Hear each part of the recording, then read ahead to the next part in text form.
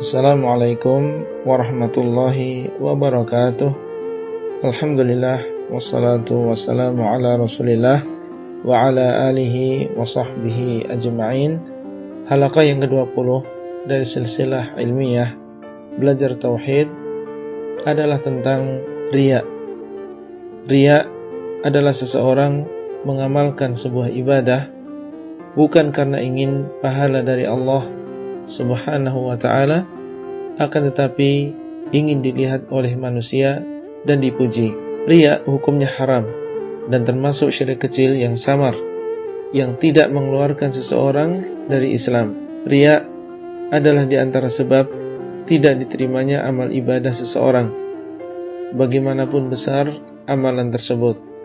Rasulullah SAW bersabda, qala Allahu tabaraka wa ta'ala, ana aghna syuraka'i 'ani syirki man 'amila 'amalan asyraka fihi ma'i ghairi taraktuhu wa syirkah. Allah berfirman, aku adalah zat yang paling tidak butuh dengan syirik. Barang siapa yang mengamalkan sebuah amalan, dia menyekutukan aku bersama yang lain di dalam amalan tersebut, maka aku akan meninggalkannya dan juga kesyirikannya. Hadis riwayat Muslim. Sebagian ulama berpendapat bahwa syirik yang kecil tidak ada harapan untuk diampuni oleh Allah Subhanahu wa ta'ala.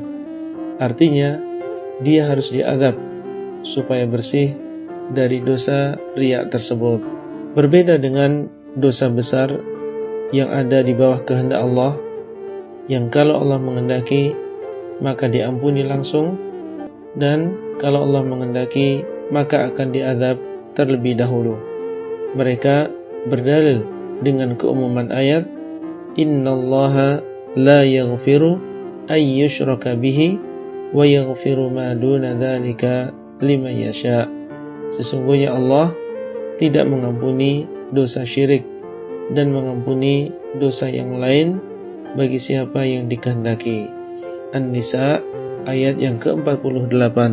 Tahukah kita siapa orang yang pertama kali nanti akan dinyalakan api neraka dengan mereka? Mereka bukanlah preman-preman di jalan atau pembunuh yang kejam, tetapi mereka justru adalah orang-orang yang beramal saleh. Mereka adalah orang yang mengajarkan Al-Quran supaya dikatakan sebagai seorang qari, yaitu seorang yang suka membaca Al-Quran atau seorang yang mahir membaca Al-Quran, dan juga orang yang berinfak supaya dikatakan dermawan, dan berjihad supaya dikatakan pemberani.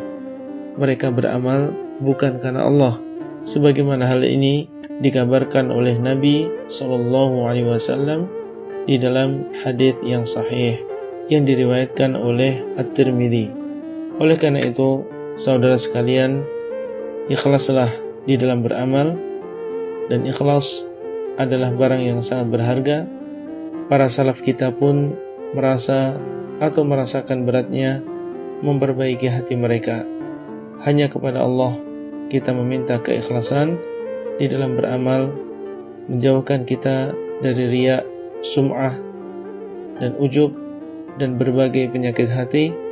Dan marilah kita biasakan untuk menyembunyikan amal kita, kecuali kalau memang ada maslahat yang lebih kuat. Itulah yang bisa kita sampaikan pada halaqah kali ini, dan sampai bertemu kembali pada halaqah selanjutnya. Wassalamualaikum warahmatullahi wabarakatuh.